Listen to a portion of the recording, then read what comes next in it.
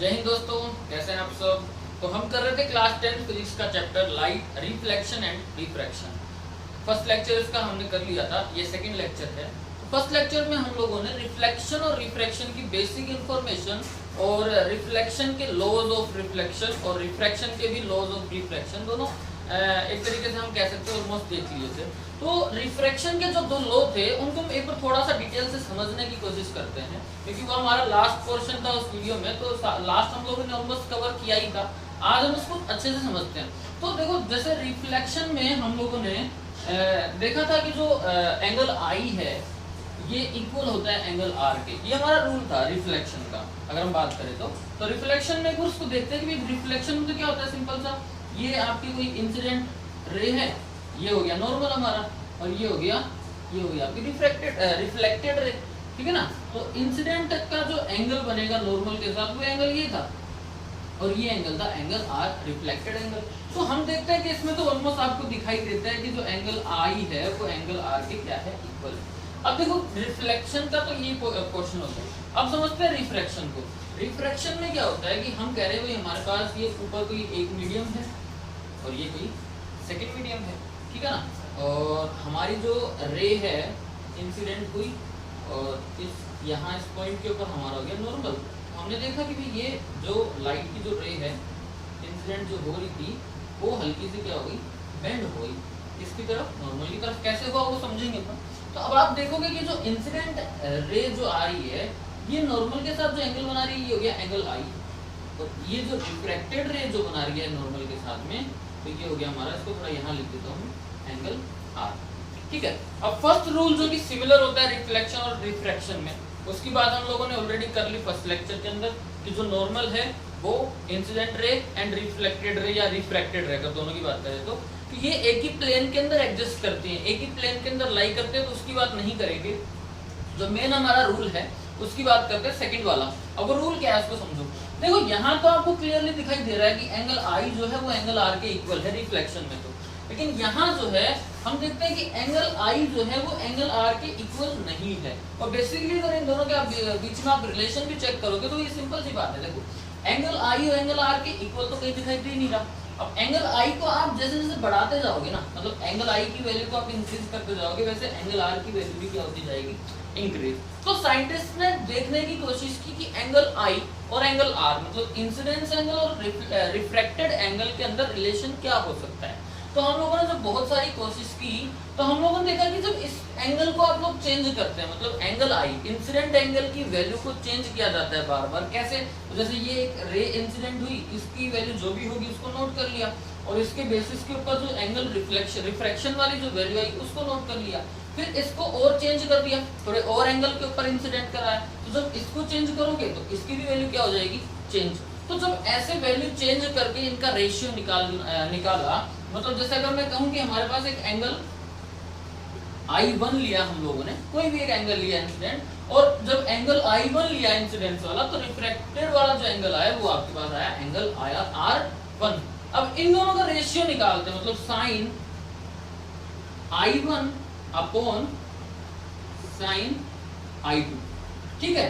ऐसे ही कोई दूसरा एंगल ले लिया, ये I2 नहीं है सॉरी, R1 है, मतलब इंसिडेंस एंगल के ऊपर जो रिफ्रैक्टेड एंगल होगा वो, ठीक है ना। फिर कोई और दूसरा एंगल लिया, मतलब कोई एंगल चेंज कर दिया, साइन I2 और साइन R2, ठीक है ना। ऐसे ही कोई और तीसरा एंगल ले लिया, साइन I3 और साइन R3।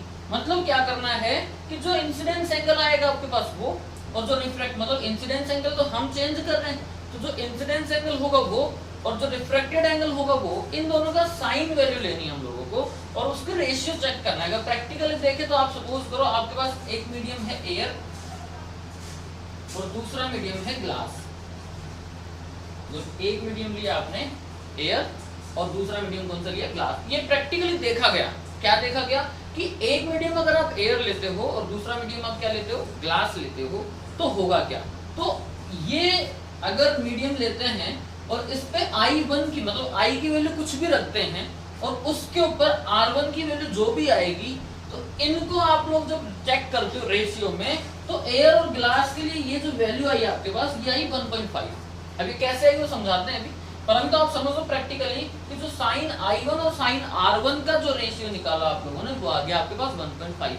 अब I2 की वैल्यू मतलब इस एंगल के ऊपर जो वैल्यू आई ये, उसके बाद हमने इस एंगल को और चेंज कर दिया, मतलब I2 वैल्यू निकाली आपने। जब I2 वैल्यू निकाली तो ये R2 की वैल्यू भी कोई चेंज हुई, जब ये वैल्यू चेंज हुई और इनका जब आप रेशियो निकालते हैं तब भी वैल्यू, ये जो रेशियो आता है ये 1.5 ही आता है, ठीक है ना। तो हमने देखा कि दोनों बार क्या आ रहा है 1.5, तो अगर दो बार भी अगर चलो मान लो वैसे ही हो गया, कोइंसिडेंस हो गया, तो एक बार और लिया, मतलब एक तीसरी वैल्यू ली I3, और तीसरी वैल्यू के ऊपर जो R3 आई, इन दोनों का रेशियो निकाला, इन दोनों का रेशियो निकालते हैं तब भी 1.5 आता है। कहने का मतलब आपको कुछ चीज दिख रही होगी यहाँ से, तो हम लोग नोटिस करते हैं कि जो साइन I1 और R1 मतलब एंगल ऑफ इंसिडेंस वाला जो साइन रेशियो लेंगे और एंगल ऑफ रिफ्रैक्शन वाला जो साइन रेशियो लेंगे, इनका जो रेशियो आएगा ये हमेशा एक कांस्टेंट हो रहा है, मतलब ये जो है ये वैल्यू हमेशा क्या रह रही है, कांस्टेंट। और ये जो कांस्टेंट है ना, इसी को हमने कहा था एक नई टर्म, ये हमारे पास एक नई फिजिकल क्वांटिटी आएगी, रिफ्रैक्टिव इंडेक्स। अब ये रिफ्रैक्टिव इंडेक्स को थोड़ा सा डिटेल से समझते हैं। देखो ये रिफ्रैक्टिव इंडेक्स है क्या, उसको समझने की कोशिश करते हैं। ये क्लियर कर लिया होगा, अब इसको रिफ्रैक्टिव इंडेक्स को देखते हैं कि ये है क्या चीज है ये, ठीक है। इसको रफ करते हैं फिर देखते हैं। देखो मान लिया हम लोगों ने कि ऊपर हमारे पास कोई मीडियम है जिसको हम लोगों ने फर्स्ट बोल दिया, और नीचे हमारे पास कोई मीडियम है जिसको हम लोगों ने सेकंड बोल दिया। तो हम देख रहे हैं कि भाई जो फर्स्ट मीडियम के अंदर जो लाइट की रे एंटर कर रही है, तो जो भी एंगल बना रही होगी इंसिडेंस नॉर्मल के साथ में, एंगल ऑफ इंसिडेंस, और जो जैसे ये सेकंड मीडियम के अंदर एंटर करेगी तो हमने देखा कि ये बेंड हो गई। मतलब अगर नॉर्मली आप चेक करोगे तो ये होनी चाहिए थी इसकी जो लाइन है, अगर ये वाटर या कुछ और मीडियम यहाँ पे नहीं होता, या हम कह सकते हैं सेमी मीडियम होता तो सीधी लाती, लेकिन सेम मीडियम चूंकि नहीं है, मीडियम चेंज कर दिया हम लोगों ने, तो ये बेंड हो गई थी।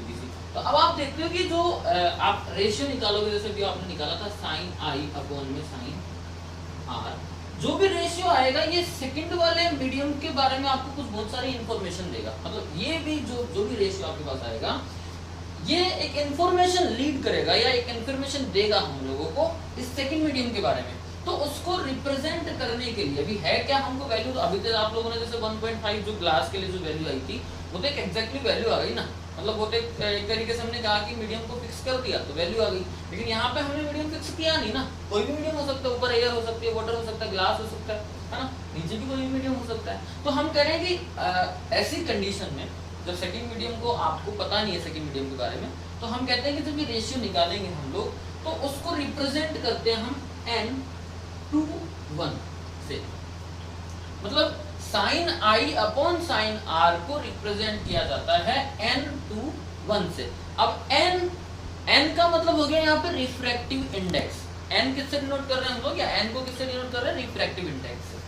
2/1 का मतलब जब भी ये कंडीशन निकालेंगे साइन I अपॉन में साइन R, तो जो रिफ्रैक्टिव इंडेक्स निकलेगा वो हमेशा सेकंड मीडियम का निकलता है।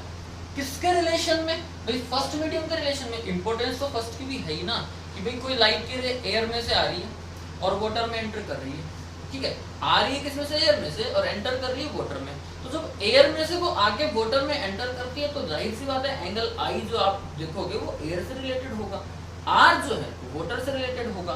तो जब रेशियो दोनों का निकालोगे वो रिफ्रैक्टिव इंडेक्स होगा किसका, सेकंड मीडियम का।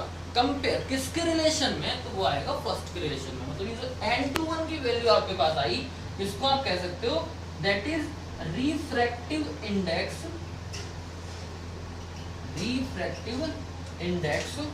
Of second medium with related to WRT first medium, ठीक है ना। इसी को हम रिफ्रैक्टिव इंडेक्स कहते हैं। मतलब रिफ्रैक्टिव इंडेक्स जो है वो ऐसी फिजिकल क्वांटिटी हो गई जो कि रिप्रेजेंट करती है सेकंड मीडियम के नेचर को, compare then first medium. Second medium के नेचर को रिप्रेजेंट कर रही है फर्स्ट मीडियम के रिलेशन में, तो वो रिफ्रैक्टिव इंडेक्स हो गया। तो जब भी आप रिफ्रैक्टिव इंडेक्स निकालोगे तो अगर आपके पास I की वैल्यू है और R की वैल्यू है तो इस तरीके से हम निकालेंगे और उसको डिनोट किया जाता है, हम लोग किससे डिनोट करते हैं इसको, n/1 से। अब अगर मान लो कि ये तो आ गया आपके पास सेकंड मीडियम का रिफ्रैक्टिव इंडेक्स, मतलब फॉर्मूला आ गया एक तरीके से हम कह सकते हैं। और अगर फर्स्ट का निकालना हो तो फिर क्या करेंगे, फिर हम अपोजिट कर देंगे। फिर अपोजिट कैसे करेंगे कि जो फर्स्ट माना है ना, इसका अभी सेकंड का निकाला था तो ये फर्स्ट हो गया। अगर आपको इसका निकालना होगा ना तो आप इस मीडियम को रिप्लेस कर दोगे इससे, सेकंड से, और सेकंड को रिप्लेस कर दोगे फर्स्ट से। समझ में आ रही बात? तो ये एक तरीके से फिजिकल क्वांटिटी हो गई रिफ्रैक्टिव इंडेक्स। अब भाई कोई भी फिजिकल क्वांटिटी जो होती है उसकी कोई ना कोई यूनिट तो होनी चाहिए, ऑब्वियसली कोई फिजिकल क्वांटिटी की यूनिट तो होगी। लेकिन रिफ्रैक्टिव इंडेक्स की यूनिट क्या हो, तो हम देखते हैं कि भाई रिफ्रैक्टिव इंडेक्स से ट्रिग्नोमेट्रिक वैल्यू आ रही है आपके सामने, साइन आई, तो आई कोई एंगल की वैल्यू होगी। फॉर एग्जांपल मान लिया 30 डिग्री है तो साइन 30 की वैल्यू क्या होती है 1/2। ऐसे ही ये साइन आर कोई भी हो सकता है, साइन आर की वैल्यू जैसे 30 45 जो भी है तो वो भी उसकी वैल्यू आएगी। जब आप इन वैल्यू को सोल्व करोगे तो ऊपर भी कोई न्यूमेरिकल वैल्यू है, नीचे भी कोई न्यूमेरिकल वैल्यू है, दोनों न्यूमेरिकल वैल्यू है, कोई यूनिट ऊपर नीचे है ही नहीं। तो ये जो क्वांटिटी हो गई आपके पास में जिसकी कोई यूनिट नहीं होनी चाहिए। और वैसे भी आप इसके आगे चैप्टर में, इसी चैप्टर में हम देखेंगे कि रिफ्रैक्टिव इंडेक्स का एक और फॉर्मूला होता है। हम लोग वेलोसिटी लेते हैं ऊपर भी और नीचे भी, कि फर्स्ट मीडियम के अंदर जो लाइट आ रही है उसका क्या वेलोसिटी है, क्या स्पीड है, और नीचे जो लाइट आ रही है सेकंड मीडियम में उसकी क्या स्पीड है। तो ऊपर भी स्पीड आएगी और नीचे भी स्पीड आएगी। जब ऊपर भी स्पीड नीचे भी स्पीड तो सेम यूनिट हो गई, और सेम यूनिट होगी तो वो कैंसिल हो गई ऊपर नीचे। तो मतलब रिफ्रैक्टिव इंडेक्स की कोई यूनिट नहीं होती। Refractive index is not having any unit, इसकी कोई यूनिट होती नहीं है रिफ्रैक्टिव, बट है एक फिजिकल क्वांटिटी, लेकिन इसकी कोई unit, it has no unit, कोई यूनिट इस रिफ्रैक्टिव इंडेक्स की नहीं होती। तो ये रिफ्रैक्टिव इंडेक्स है हमारा। अब इसको कैसे निकालते हैं, तो ये हमारे पास फॉर्मूला आ गया। फिलहाल के लिए एंगल का जो फॉर्मूला है वो अभी बात करेंगे हम रिफ्रैक्टिव इंडेक्स की आगे भी, तो वहां पे हम बात करेंगे स्पीड ऑफ लाइट की टर्म के अंदर। यहाँ पे हम कह रहे हैं कि इन टर्म ऑफ एंगल, ये एंगल की वैल्यू के अंदर टर्म हो गया रिफ्रैक्टिव इंडेक्स का, और आगे हम पढ़ेंगे इन टर्म ऑफ स्पीड। अभी थोड़ा सा रिफ्रैक्शन जो है उसके बारे में थोड़ी सी जानकारी और लेते हैं कि जैसे ये रिफ्रैक्टिव इंडेक्स वगैरह तो पढ़ लिया, पर एक्चुअली में क्या होता है, रिफ्रैक्शन जो होता है ना वो दो टाइप का होता है। देखो रिफ्रैक्शन की जब डेफिनेशन आप लोगों ने देखी थी तो हम लोगों ने कहा था बेंडिंग ऑफ लाइट। लाइट की जो बेंडिंग होती है, लाइट जब बेंड करती है कब, जब ये एक मीडियम से दूसरे मीडियम के अंदर एंटर करेगी तो अपने पाथ में ये बेंडिंग कर लेती है, मतलब अपना पाथ जो है वो चेंज कर लेती है। अब ये जो बेंड हो रही है भाई लाइट, ये जो अपना पाथ चेंज कर रही है, तो ये तो दो तरीके से कर सकती है ना। कैसे दो तरीके से कर सकती है, तो जैसे मैं कह रहा हूँ भाई ये नॉर्मल है, ये कोई लाइट की रे एंटर कर रही है, अगर मान लो सेम ही मीडियम होता ये तो सीधी जाती, लेकिन अभी हम कह रहे हैं कि जब सेम मीडियम नहीं है तो ये बेंड हो जाती है। तो भाई बेंड ये, अब जैसे मान लो ये रे है लाइट, ये सीधी जा रही है, अगर मान लो यहाँ पे बेंड हो रही है लाइट, तो लाइट दो तरीके से बेंड हो सकती है ना। एक तो इस साइड में बेंड हो सकती है, पर जरूरी तो है नहीं ना कि हमेशा इसी साइड में बेंड हो, इस साइड भी तो हो सकती है। तो ये दो वे हो गए रिफ्रैक्शन के, कि भाई जब लाइट की रे ऊपर से आ रही है किसी दूसरे मीडियम में एंटर कर रही है तो बेंड तो होगी 100%, तो डेफिनेट है कि जब एक मीडियम से दूसरे मीडियम में हम चेंज कर रहे हैं लाइट को तो बेंड तो 100% होगी। पर किस साइड बेंड होगी, इसी साइड होगी या फिर इस साइड होगी, ये तो जरूरी नहीं है, ये तो हमारे पास कोई फिक्स नहीं है। तो उसको समझने के लिए हम यहाँ पे एक नई टर्म देखते हैं कि जो रिफ्रैक्शन होता है ये दो टाइप का होता है। एक ऐसा रिफ्रैक्शन जिसमें लाइट की रे जब बेंड होती है तो नॉर्मल की तरफ बेंड हो, ये नॉर्मल है ना, तो अभी जैसे ये वाला रिफ्रैक्शन आप क्या देख रहे हो कि इसमें लाइट की रे नॉर्मल की तरफ टुवर्ड्स नॉर्मल बेंड हो रही है, और एक रिफ्रैक्शन ऐसा भी तो होगा जिसमें नॉर्मल से दूर हटेगी, अवे फ्रॉम नॉर्मल। तो कौन सा रिफ्रैक्शन ऐसा होता है जिसमें लाइट की रे टुवर्ड्स नॉर्मल बेंड करे, और कौन सा रिफ्रैक्शन ऐसा होता है जिसमें लाइट की रे अवे फ्रॉम नॉर्मल बेंड करे, उसको समझते हैं। देखो इसको रफ करके फिर समझते हैं। अब देखो ये चीज समझने के लिए हम यहाँ पे ये देखते हैं कि हमारे पास जो मीडियम है, हमने डेफिनेशन में ये पढ़ा था कि जब लाइट की रे एक मीडियम से एंटर करेगी दूसरे मीडियम के अंदर तो वो बेंड होती है। तो अब मीडियम कितने टाइप के होते हैं, आपके पास मीडियम एयर भी होता है, वाटर भी होता है, ग्लास भी होता है, डायमंड भी होता है, ऑयल भी हो सकता है, कोई भी मीडियम हो सकता है। तो मीडियम को क्लासिफाई कर दिया हम लोगों ने दो टाइप के अंदर। अब वो कंपेयर करके हमें पता चलेगा कि भाई कौन सा टाइप का मीडियम है। तो एक मीडियम होता है हमारे रेयर मीडियम, और एक मीडियम होता है डेंस मीडियम। देखो पहले रेयर का और डेंस का मतलब, डेंस का मतलब जैसे हम समझ रहे हैं डेंस का मतलब हो गया बहुत ही क्लोज, मतलब जिसमें पार्टिकल एकदम क्लोज होते हैं। रेयर का मीडियम ऐसा मीडियम जिसमें पार्टिकल के बीच में डिस्टेंस ज्यादा होती है, मतलब पार्टिकल दूर होते हैं।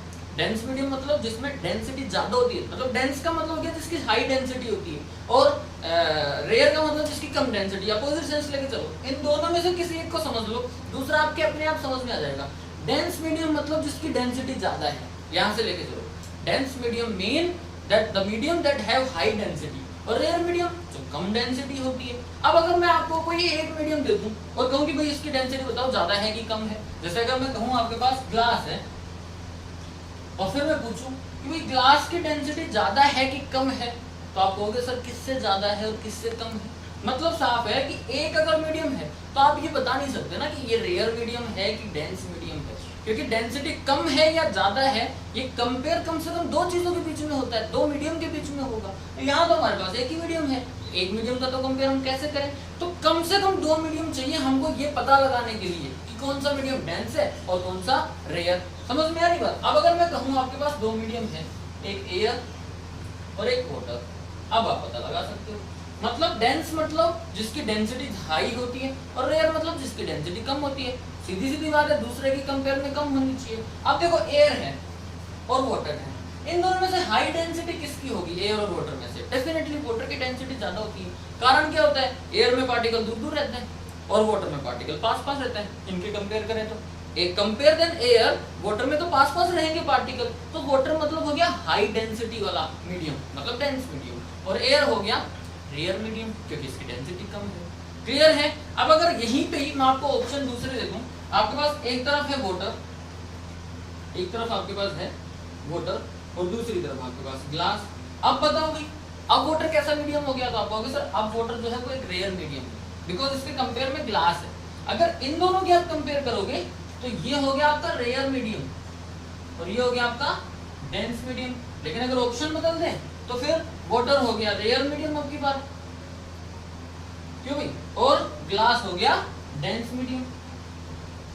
ऐसे ही ऑप्शन बदलते जाएंगे तो इनकी नेचर बदलती जाएगी। अब अगर मैं कंपेयर करूं, आपके पास ग्लास हमारे पास और डायमंड है, अब क्या होगा, अब की बार ये हो गया रेयर मीडियम और ये हो गया डेंस मीडियम। बात समझ में आ रही है कि मतलब डेंस मीडियम कौन सा, जिसकी दूसरे की कंपेयर में हाई डेंसिटी होती है, और रेयर मतलब जिसकी डेंसिटी कम होती है। तो अब रेयर मीडियम और डेंस मीडियम अगर आपको समझ में आ गया तो एक चीज क्लियरली कर लो, आप क्लियर समझ लो कि जब लाइट की रे रेयर मीडियम से एंटर करेगी डेंस में, आ रही है रेयर मीडियम से और एंटर कर रही है डेंस में, समझना बात को, रेयर और डेंस तो समझ में आ गए होंगे कि when light ray enter from rare medium to dense medium, जब ये रेयर मीडियम से डेंस मीडियम में एंटर करती है तो लाइट की रे नॉर्मल की तरफ बेंड होती है, इट बेंड टुवर्ड्स नॉर्मल। ये लाइन आप नोट कर लो, when light ray enter from rare medium to dense medium then it bend towards the normal. Clear करके देख लेते हैं, बना के देख लेते हैं एक बार इसको। देखो अब यहाँ बना देता हूँ मैं, ये देखो आपके पास हमने मान लिया कि ऊपर है एयर और नीचे है वाटर। अब समझ जाओगे ऊपर वाला रेयर मीडियम है, नीचे वाला डेंस मीडियम है। अब हम कह रहे हैं कि भाई ये नॉर्मल बना दिया हम लोगों ने पहले, और ये हो गई आपकी कोई लाइट की रे इंसिडेंट हो रही है।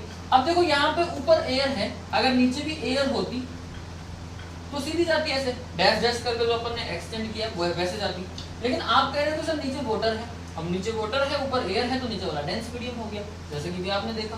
तो नीचे डेंस मीडियम हो गया तो ये नॉर्मल की तरफ बेंड होगी, तो ये ऐसा वाला रिफ्लेक्शन होगा, ऐसा वाला रिफ्लेक्शन। क्लियर है। अब देखो इसको मैंने कह दिया एंगल आई और इसको मैं कहूंगा एंगल आर। दोनों की वैल्यू रखनी है साइन में, मतलब साइन आई और साइन आर। अब आपको पता है कि साइन में एंगल जीरो, साइन जीरो की वैल्यू क्या होती है जीरो, और साइन 90 की वैल्यू 1, तो मतलब 0 से 1 के बीच में रहेगी वैल्यू साइन 0 से साइन 90 की। तो हम कह रहे हैं कि भाई अगर साइन में एक्चुअली क्या होता है, ट्रिग्नोमेट्री में साइन की जो कम एंगल वाली वैल्यू हमेशा कम होगी और ज्यादा एंगल वाली हमेशा ज्यादा होगी। अब देखो आई बड़ा दिख रहा है आपको आर से, बिकॉज ये नॉर्मल की तरफ बेंड हुई है, तो आर जो है वो छोटा है कंपेयर देन आई के, मतलब ये वैल्यू कम होनी चाहिए और ऊपर वाली वैल्यू ज्यादा होनी चाहिए, तो ये वैल्यू हमेशा मोर देन 1 होगी। क्लियर है। तो इसका मतलब एक चीज और समझ में आ गई आपके कि अगर लाइट की रे रेयर मीडियम से डेंस मीडियम में एंटर करती है तो उसका जो रिफ्रैक्टिव इंडेक्स अभी आपने देखा था, वो जो रिफ्रैक्टिव इंडेक्स है वो हमेशा 1 से ज्यादा होगा। जैसा भी प्रैक्टिकली करके देखा था ना कि एयर ऊपर थी और नीचे ग्लास था, तो जब एयर से किस में आएगी, ग्लास में, तो रिफ्रैक्टिव इंडेक्स 1.5 होता है। अगर मैं कह दूं ये एयर है और ये ग्लास है, ये क्या हो गया आपका ग्लास, तो जब आप ये रिफ्रैक्टिव इंडेक्स निकालोगे इसकी वैल्यू आती है 1.5। समझ में आ गई बात। और अगर मैं कहूं कि ये ग्लास नहीं ये वाटर है तो जो रिफ्रैक्टिव इंडेक्स निकलेगा वो निकलेगा 1.33। मतलब मैं कहूं एन GW का मतलब क्या हुआ, refractive index of glass with respect to water, that is sorry water नहीं एयर ले लेते हैं यहाँ पे, तो दैट इज 1.5 और NWA वाटर का दैट इज 1.33। ये याद रखने की जरूरत नहीं है, आगे आपके आएंगे बहुत सारे तो आप अपने आप याद हो जाएंगे आपके। तो ये तो एक ऐसा रिफ्रैक्शन था जो कि रेयर मीडियम से लाइट की रे डेंस मीडियम में एंटर करती है तो नॉर्मल की तरफ बेंड होती है। अब इसका अपोजिट देख लेते हैं, ठीक है। अपोजिट में क्या होता है कि अगर लाइट की रे, ये तो रेयर से डेंस में था, अगर लाइट की रे डेंस से रेयर में आएगी, मतलब अगर लाइट की रे एंटर करती है dense from dense medium to rare medium, तो क्या होगा, तो नॉर्मल से दूर हटेगी, तो अपोजिट सेंस हो गया इसका। जब रेयर से डेंस में जा रही थी, अपोजिट सेंस लेके चलते हैं, हमने कहा कि अगर डेंस से आए रेयर में तो नॉर्मल से दूर हटेगी। कैसे?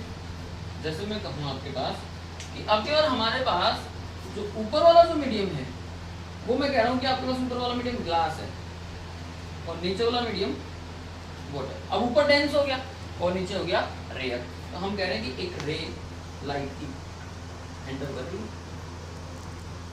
ठीक है, एंटर कर रही है। तो ये देखो, अगर तो मान लो नॉर्मल, थोड़ा सा और क्लियर करता हूँ, ये ऐसे एंटर कर रही है, हम कह रहे हैं कि ये इंसिडेंस रे है या तो अगर मान लो ये ग्लास से एंटर कर रही है वाटर में, अगर नीचे ग्लास ही होता ऐसे जानी चाहिए, सीधी जानी चाहिए, लेकिन हम कह रहे हैं कि वाटर है, ऊपर डेंस है नीचे रेयर है, तो डेंस से जब ये एंटर कर रही है रेयर में तो अब की बार पहले नॉर्मल की तरफ बेंड हुई थी ना ऐसे, अब की बार नॉर्मल से दूर हटनी चाहिए, तो अब की बार नॉर्मल से दूर ये ऐसे हटेगी, देखो ऐसे। समझ में आई बात? अभी आप देखोगे कि ये एंगल इंसिडेंस एंगल और ये एंगल रिफ्लेक्टेड एंगल, अब उल्टा हो गया, वहां पे इंसिडेंस एंगल की वैल्यू बड़ी आ रही थी और रिफ्रैक्टेड एंगल की वैल्यू छोटी आ रही थी। यहाँ पे आप देखोगे कि आई की वैल्यू कम है और आर की वैल्यू ज्यादा है, तो नीचे वाली वैल्यू ज्यादा आएगी। अगर मैं कहूँ कि sine I upon sine R, तो भाई अब की बार जो है ये वैल्यू बड़ी है आर वाली, ये वैल्यू ज्यादा होगी और ये वैल्यू कम है, तो डिनोमिनेटर में नेट में अगर मान लो जो कैपिटल वैल्यू होती है ऊपर कम वैल्यू है, तो ये वैल्यू डिवाइड ओवरऑल जो वैल्यू आएगी वो 1 से कम आएगी। तो अब की बार हम कहेंगे लेस देन 1, वो वैल्यू 1 से ज्यादा थी और ये वैल्यू 1 से कम आ रही है। तो एक मतलब यहाँ से भी एक चीज क्लियर हो गई आपके पास में कि अगर लाइट की रे डेंस मीडियम से एंटर करेगी रेयर मीडियम में तो उसका रिफ्रैक्टिव इंडेक्स आएगा हमेशा 1 से कम। तो ये रिफ्रैक्टिव इंडेक्स का, और हम कह सकते हैं जो दो टाइप का रिफ्रैक्शन था कि कब तो लाइट की रे नॉर्मल की तरफ बेंड होगी, कब लाइट की रे नॉर्मल से दूर हटेगी, कब रिफ्रैक्टिव इंडेक्स 1 से ज्यादा आएगा, कब रिफ्रैक्टिव इंडेक्स 1 से कम आएगा। ये सारी इंफॉर्मेशन हम लोगों ने ली। आज के लिए इतना काफी है, बाकी नेक्स्ट लेक्चर में इसको आगे कंटिन्यू करेंगे। Thank you.